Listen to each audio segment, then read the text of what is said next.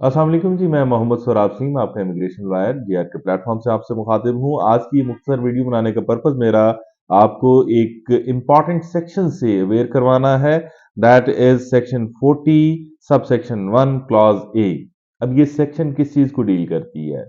ये section deal करती है कि अगर आप किसी किस्म का भी इनएडमिसिबल कंटेंट जो है अगर आप सबमिट करवाते हैं, फॉर्ज कंटेंट आप अपने डॉक्यूमेंट्स अगर फौज किस्म के आप सबमिट करवाते हैं इमिग्रेशन के पास for the sake of visa, तो आप परमानेंट या आपको for the minimum term prescribed as prescribed by Canadian immigration authorities that is 5 years, लेकिन ये मिनिमम है। इससे ज़्यादा ही आपको या फिर लाइफ टाइम के लिए आपको बैन किया जा सकता है दोबारा वीज़ा अप्लाई करने के लिए।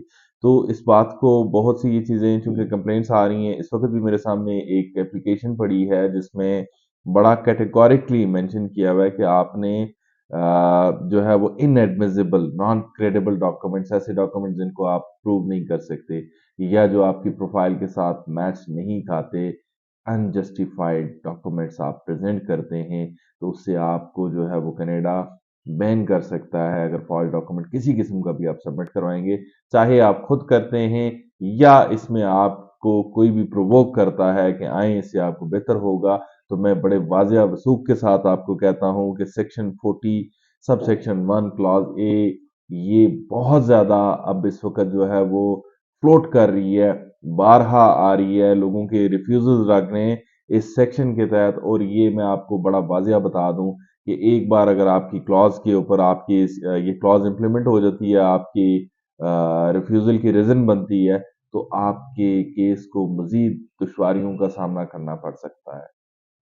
इवन आफ्टर 5 इयर्स या जो भी बैन की आपकी लिमिट है, उसके ऊपर आपके लिए बड़ी दुश्वारियाँ आ सकती हैं। उसकी रीज़न ये है कि आपने ऑलरेडी टेम्पर्ड किया है। इसको जितनी भी सिविलाइज़्ड वर्ल्ड की कंट्रीज़ हैं, उसको बड़ा मायूब समझती हैं। आपका झूठ बोलना, आपका फ्रॉड करना, आपका चीट करना, ये उनके लिए एक बड़ा ही जो है वो इसको बैड समझा जाता है।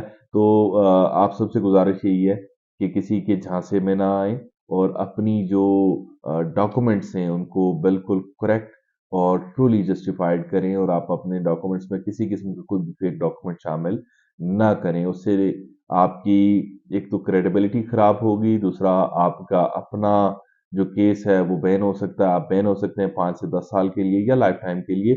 और मोस्ट इम्पोर्टेंट कि मुल्क पाकिस्तान का नाम इससे बदनाम होता है। आपकी सिर्फ एक इंडिविजुअल की नहीं बल्कि जब मल्टीपल ये चीज़ें जारी होती हैं, तो उससे फिर आपके पाकिस्तान के केसेस भी बहुत ज़्यादा मुतासर होते हैं। और यकीन जानें कि जो लोग आपको कहते हैं कि हम आपको अपने डॉक्यूमेंट्स लगवा के, बनवा के, तैयार करके देंगे, वो आपके साथ चीट इस तरह से कर रहे होते हैं। एक तो वो डॉक्यूमेंट फेक फ्रॉड होते हैं, दूसरा ये कि वो अगर आपके लिए लगा रहे हैं, तो वो 10 लोगों और के लिए 10, 100, 30, 50 सबके लिए वो वही डॉक्यूमेंट्स, क्योंकि बार-बार उन्होंने एफर्ट्स नहीं करनी होती। जो भी झूठ है उसका कोई सरा नहीं होता, वो पकड़ा जाता है। जो फ्रॉड करते हैं लोग वो आपके साथ सिर्फ़ इस तरह से नहीं कर रहे होते, ये सब लोगों को यही चूरन दिया जा रहा होता है और जिससे आपका अपना नातलाफ़ी नुकसान कर बैठते हैं। तो बहुत शुक्रिया, इस मुख्तसर वीडियो के साथ मैं आपसे इजाज़त चाहूँगा। बहुत शुक्रिया। Thank you.